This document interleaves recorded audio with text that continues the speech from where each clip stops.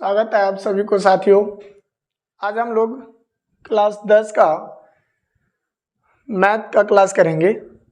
जो चैप्टर 2 है बहुपद, जिसे इंग्लिश में बोलते हैं पॉलिनोमियल्स। तो सबसे पहले बहुपद है क्या, इसके बारे में जानेंगे कि बहुपद होता क्या है। तो आइए देखते हैं। तो बहुपद समझने के लिए हमें थोड़ी एक संख्या को समझना पड़ेगा कि संख्या, इंग्लिश में बोलते हैं इसको नंबर, यानी संख्या को हम लोग दो तरह से डिफाइन कर सकते हैं।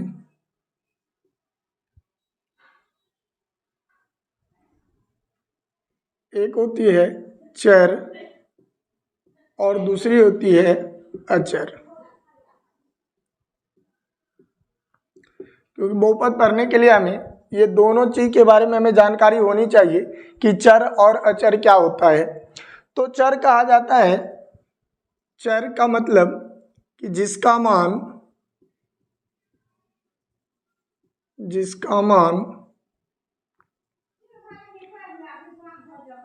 अनिश्चित अर्थात बदलता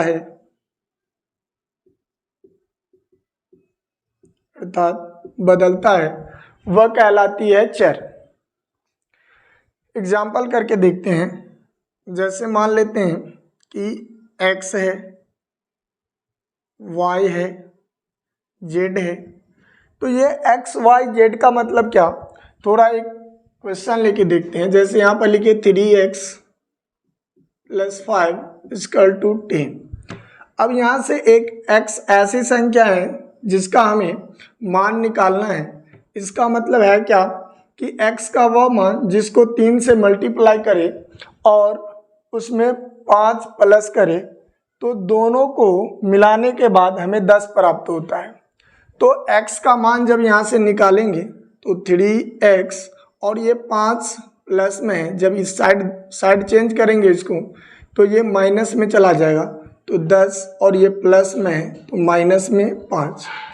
x बराबर 10 से 5 जाए, 10 से 5 गया तो 5 बचेगा और ये 3 गुना में है तो दूसरे साइड में आएगा तो बट्टा में है। यानी x का जब वैल्यू निकाले, इक्वेशन लिए, तो यहाँ पर x का मान आया कितना, 5/3। एक और करके देखते हैं। जैसे लिखा 2x + 4 = 8। अब यहाँ से जब x का वैल्यू निकालेंगे तो 2x और ये प्लस में है 4, तो साइड चेंज करेंगे तो ये माइनस के साथ चला जाएगा, 8 - 4। तो यहाँ से जब x का वैल्यू निकालेंगे तो 8 में से 4 जाएगा तो 4, और ये 2 मल्टीप्लाई में है तो दूसरे साइड ले जाएंगे तो डिवाइड में चला जाएगा, और जब इसको सॉल्व करेंगे तो 2 बार में जाएगा और x का वैल्यू 2 आया। तो कहने का मतलब जो समझाना चाह रहे थे हम, क्या समझाना चाह रहे थे कि x, दोनों में x है और x का मान यहाँ पर 5/3 और यहाँ पर 2 आया है। यानी अलग अलग वैल्यू क्वेश्चन पे डिपेंड करता है, क्वेश्चन का लैंग्वेज क्या है उसके अनुसार जो x का वैल्यू अलग अलग आया है। यानी इसका मान क्या है, बदल रहा है। x का वैल्यू क्या है, बदल रहा है। तो वही है कि चर ऐसी संख्या होती है जिसका मान परिवर्तित होता रहता है, अलग अलग मान आते हैं। क्वेश्चन के हिसाब से हमें x और y का मान आता रहता है, क्योंकि हम लोग कोई भी क्वेश्चन जब मैथ का डील करते हैं तो उसमें मान लेते हैं, यानी कल्पना कर लेते हैं। तो चर को हम बोल सकते हैं कि कल्पना की गई संख्या है। यानी कोई हम कल्पना कर लेते हैं कि मान लिए कि x ये है, y ये है, z ये है, तो वो कल्पना की गई मान होता है। तो x, y, z जो होती है ये सारा क्या होते हैं, चर संख्या कहलाती हैं, जिसका मान क्या होता है, स्थिर नहीं होता है, अलग अलग मान आते रहते हैं। अब बात कर लेते हैं हम लोग अचर की। तो अचर कहने का मतलब, अचर ऐसी संख्या होती है जिसका मान निश्चित होता है, जिसका मान बदलता नहीं है। यानी हम लोग बोल सकते हैं जिसका मान निश्चित निश्चित अर्थात नहीं बदलता है, नहीं बदलता है। तो उसे हम लोग बोल देते हैं कि ये अचर संख्या है। जैसे एग्जाम्पल की बात करते हैं, संख्या लिखे 7, तो ये 7 को अभी हम 7 पढ़ रहे हैं, तो कल या अन्य क्वेश्चन में इस 7 को हम 10 नहीं पढ़ सकते हैं, 5 नहीं पढ़ सकते हैं, 7 को 7 ही बोलेंगे। 2 लिखे हैं तो 2 को 2 ही लिखेंगे, ये बदलेगा मान नहीं। इसको हम 3 नहीं पढ़ सकते हैं, न 10 पढ़ सकते हैं, यानी 2 के अलावा इसको और कुछ नहीं बोल सकते हैं। 10 लिख लिए तो ये सारे का सारा मान क्या है, फिक्स है। हर एक क्वेश्चन के लिए क्या है, 5 है तो 5 ही रहेगा, 7 है तो 7 ही रहेगा, 2 है तो 2 ही रहेगा, 3 है तो 3 ही रहेगा। तो इस तरह से चर और अचर को हम लोग जाने कि चर ऐसी संख्या होती है जिसका मान बदलता है, जिसका मान बदलेगा तो उसे हम बोल देंगे क्या है, ये चर है। और अचर ऐसी संख्या होती है जिसका मान बदलता नहीं है। नहीं बदलने वाली संख्या जिसकी मान नहीं बदलेगी उसे हम बोल देंगे कि अचर है। अब हम लोग आ जाते हैं बहुपद पर। तो बहुपद है क्या, तो बहुपद की बात करते हैं। तो बहुपद जो होता है ये चर और अचर, चर संख्या और अचर संख्या को जब मिला देते हैं, यानी कहने का मतलब ये जो चर है और अचर है इस दोनों को जब मिला देते हैं तो हमें जो प्राप्त होता है उसे ही हम कहते हैं कि ये बहुपद है। जैसे एक चर लेते हैं कि x है और एक लिए 2 जो अचर संख्या है, जब दोनों को आपस में मल्टीप्लाई कर दिए या प्लस कर देंगे या माइनस कर देंगे तो इससे जो प्राप्त होगी हमें वही हमें बहुपद कहलाते हैं। जैसे ये 2x है तो इसको हम बोल सकते हैं कि ये क्या है, बहुपद है। जैसे लिखे कि यहाँ पर 3 लिए और x² है प्लस में x लिए और इसको जब सॉल्व करेंगे तो ये हमें प्राप्त होगी 3x² प्लस x और प्लस में यहाँ पर 5 ले लेते हैं, प्लस 5 है तो इसको क्या बोल देंगे कि ये बहुपद है। तो कहने का मतलब जब चर और अचर को मिलाते हैं तो हमें जो प्राप्त होता है उसे हम बहुपद कह सकते हैं। यानी बहुपद होने के लिए चर और अचर का होना जरूरी है, चर और अचर का होना जरूरी है, तो हमें उसे कह देंगे कि ये बहुपद है। अब आगे समझते हैं कि बहुपद जो है इसके रूप कैसा होता है, देखने में कैसा लगता है, बहुपद का सामान्य रूप क्या होता है।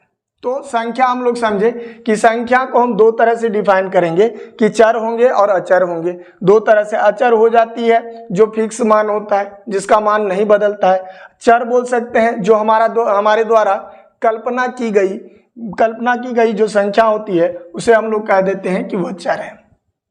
तो आगे हम लोग समझते हैं बहुपद के सामान्य रूप क्या होता है।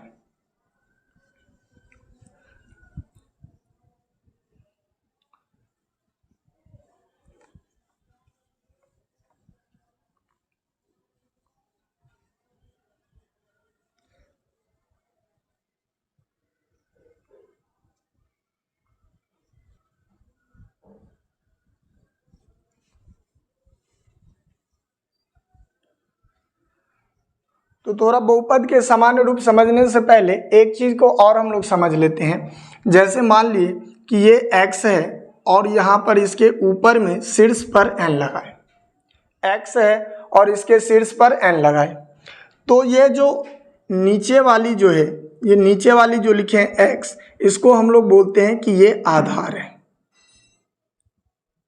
आधार जिसको इंग्लिश में बोलते हैं बेस।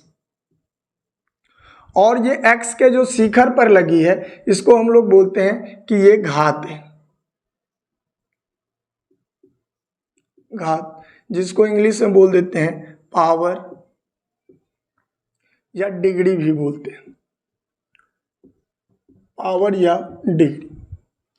तो जो जिस पे कोई चीज टिकी होती है, आधार का मतलब क्या होता है कि जिस पे कोई चीज टिका हो, जिस पे कोई चीज टिका हो। मान लीजिए मैंने ये मार्कर को ऐसे रख दिया अपने हथेली पर, तो ये हथेली मेरा इस मार्कर का क्या हो गया, आधार हो गया।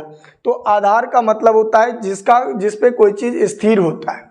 तो ये आधार यहाँ पर x है और इसके शिखर पर जो लगी है इसको हम लोग बोलते हैं घात, यानी इंग्लिश में बोल देते हैं इसको पावर या डिग्री। तो यहाँ पर हम लोग बहुपद के सामान्य रूप की बात कर रहे थे। तो यहाँ बहुपद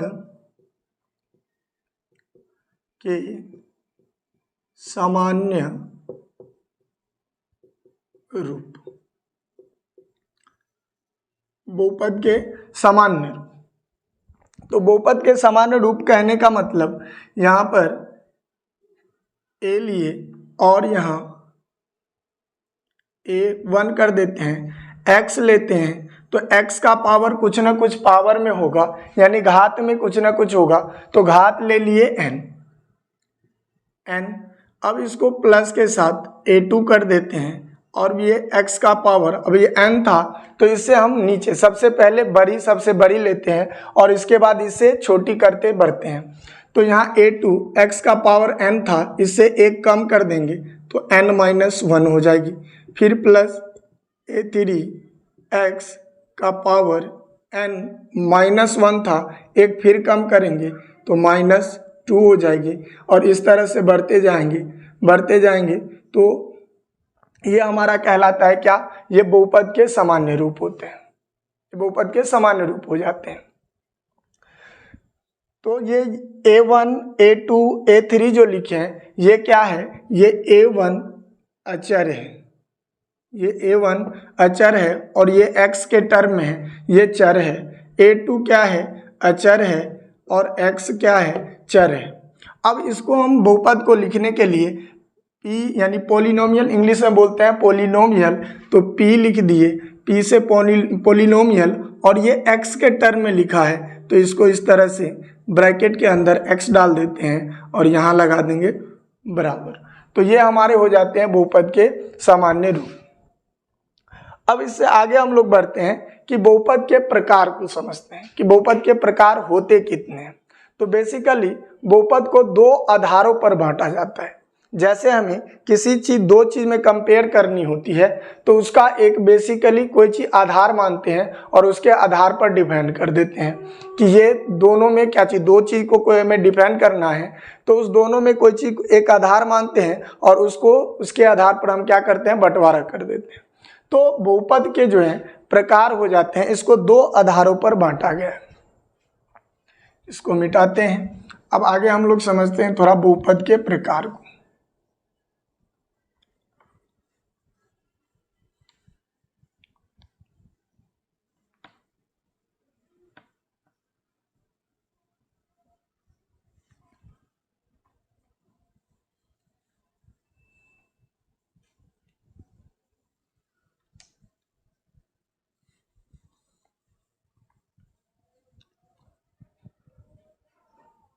तो बहुपद के जो है दो आधारों पर बांटा गया। बहुपद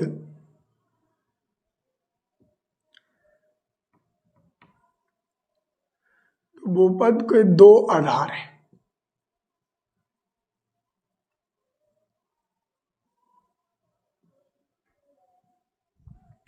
पहले की बात कर लेते हैं।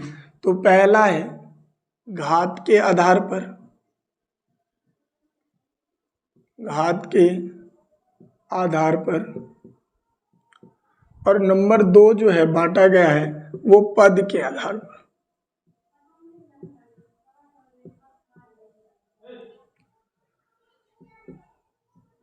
पद के आधार पर।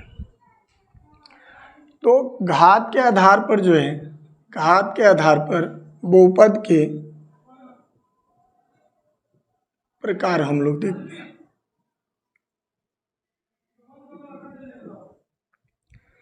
तो घात के आधार पर बेसिकली हम लोग को मेनली जो हमारा सिलेबस में है वो 3 तरह के पढ़ने हैं। वैसे जितने भी घात लेंगे उतने ही घाती बहुपद कहलाते हैं, जो आगे हम लोग देखते हैं फिर अपने आप समझ में आ जाएगा। नंबर 1 को हम लोग बोलते हैं एक घाती, एक घाती, या इसको बोल दिया जाता है रैखिक, रैखिक बहुपद। दूसरी जो हो जाती है नंबर 2 है, जो पढ़ना है हम लोग को, द्विघात बहुपद। और नंबर 3 जो हम लोग को पढ़ना है वो त्रिघात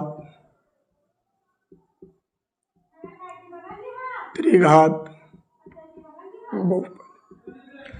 यानी घात के आधार पर बेसिकली हमें 3 पढ़ना है, रैखिक या एक घाती भी बोल देते हैं, द्विघात और त्रिघात। तो एक एक करके समझते हैं कि एक घाती या रैखिक बहुपद क्या होता है। तो ऐसी बहुपद जिसमें चर का अधिकतम मान, ऐसा बहुपद जिसमें चर का अधिकतम मान कितना हो, तो 1 हो, तो उसे हम बोल देते हैं कि वह रैखिक बहुपद है। यानी चर का, अचर से हमें कोई लेना देना नहीं है, चर का मान अधिकतम पावर जो हो, घात जो हो, वो कितना होना चाहिए, 1 होना चाहिए, तो उसे हम बोल देंगे कि ये रैखिक बहुपद है। यानी हम बोल सकते हैं, इसको डिफिनेशन दे सकते हैं क्या, कि जिस बहुपद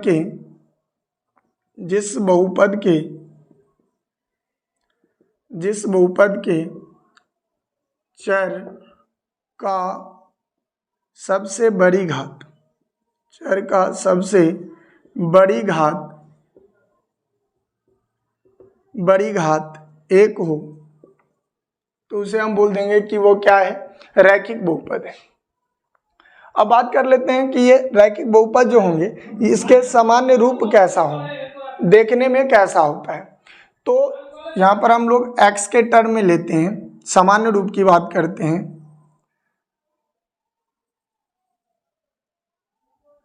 रैखिक,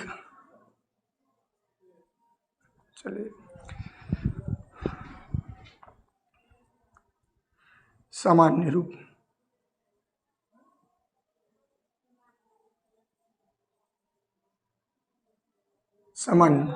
तो अधिकतम घात हमें लेना है x, तो x लिखें और इसके पावर 1 लगाए, फिर इससे कम लेना है तो 1 से कम 0 हो जाएगी, और इसके पीछे a लगा दीजिए, इसके पीछे b लगा दीजिए, और दोनों को प्लस के साथ जोड़ देंगे। अब यहाँ पर हमें x का पावर 1 लिखने की ज़रूरत नहीं है, और x का पावर 0, यानी किसी भी चीज़ की पावर यदि 0 है, x का पावर 0, इसका वैल्यू कितना होता है, 1 होता है। 5 का पावर 0, इसका भी वैल्यू कितना होगा, 1 होगा। यानी किसी भी संख्या का पावर 0 होता है तो उसका वैल्यू कितना होता है, तो 1 होता है। किसी भी संख्या का पावर 1, तो उसका वैल्यू 1 हो जाते हैं।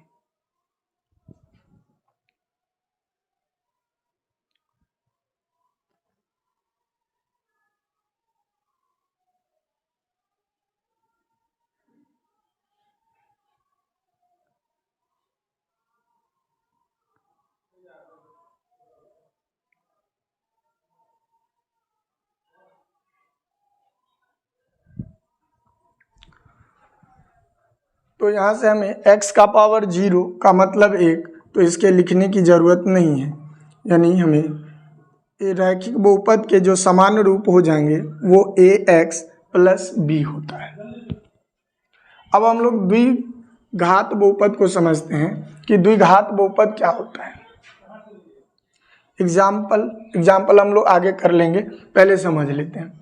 तो द्विघात बहुपद का कहने का मतलब जिस बहुपद के चर का अधिकतम घात, जिस बहुपद के चर का अधिकतम घात 1 हो, जिस बहुपद के चर का अधिकतम घात 2 हो, अधिकतम घात कितनी हो, 2, यानी चर का सबसे बड़ी घात हमें 2 मिल जाए, तो उसे हम बोल देंगे कि वह द्विघात बहुपद है।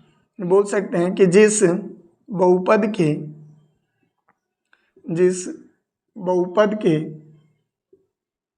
सबसे बड़ी घात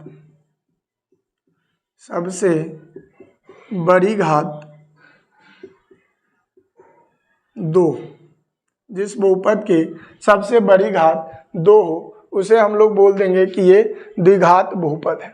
अब इसके सामान्य रूप की बात कर लेते हैं कि सामान्य रूप क्या हो जाएंगे।